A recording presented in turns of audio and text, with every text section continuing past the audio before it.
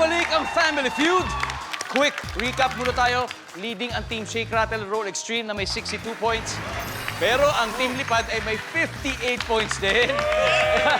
Eto na, ituloy na natin ang laban.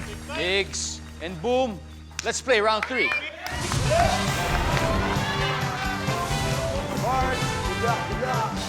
Yeah. Ito na ang round 3. Double points round na ito. At times 2 na ang value ng bawat tamang sagot dito. Top 6 answers are on the board. Name something na pwedeng gamiting pampaputi ng ngipin. Migs. Gluta. Gluta! Ano yun? Paano yun? Pwede.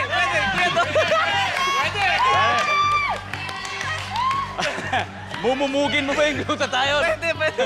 Pwede, mumugin natin ang glutathione, guys. Nandiyan po ba yan, survey?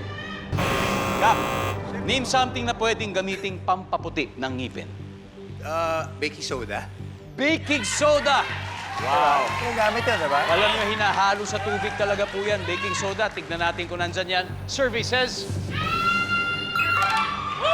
You got it. Boom, pass or play. Play. Alright, we're gonna play. Migs, balik muna tayo. Nip, ha? Nick! Okay.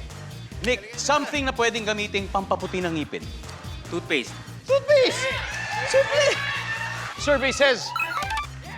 Yes, sir. Okay. Alfred, something na pwedeng gamiting pampaputi ng ngipin.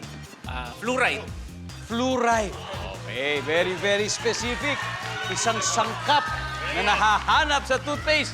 Sabi ni Alfred, fluoride. Wala. Nasa toothpaste na siguro yon. RR, ano kayang pwedeng gamitin pampaputi ng ngipin, RR? Chewing gum. Wow! Pwede yun. Chewing gum. Survey says... Uy! Wala. Agaw, shake, rattle, and roll. Cap, boom. Ito na, balik to you. Sa akin na naman babalik Something ka. na pwedeng gamitin pampaputi ng ngipin. Toothbrush. Toothbrush! Survey says... Alright, Nick, back to you. 3 more, pero one last chance kasi kung mali tayo dito, magsisteal sila. Something na pwedeng gamiting pampaputi ng ngipin, Nick. Mouthwash. Mouthwash. Maaari. Nandiyan pang mouthwash. Wala. Alright. Ready, shake, rattle, and roll, extreme Paul. Something na pwedeng gamitin pampaputi ng ngipin. Tissue. Tissue. Okay na. Paano?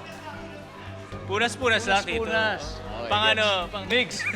Dahil na, sorry, na-stop Ano po tayo? ako sa sagot ko kanina eh. Oo. Parang gusto ko panindigan yung gluta, pero tubig naman siguro ngayon. Tubig. Okay.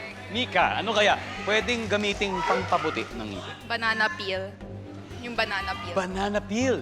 Wow. Okay, paano mo naisip to? Meron ba tong May nagamit mo dati or May something? scientific research. There's a scientific I basis. tried it also. Wow! Yes. Okay, I'm just knowing about that now. Galing. Bago tayo natutunan. Banana peel. All right. L. Ito. Something na pwedeng gamiting pampaputi ng ngipin as a team captain. Bahala ka kung ano gusto mong sabihin.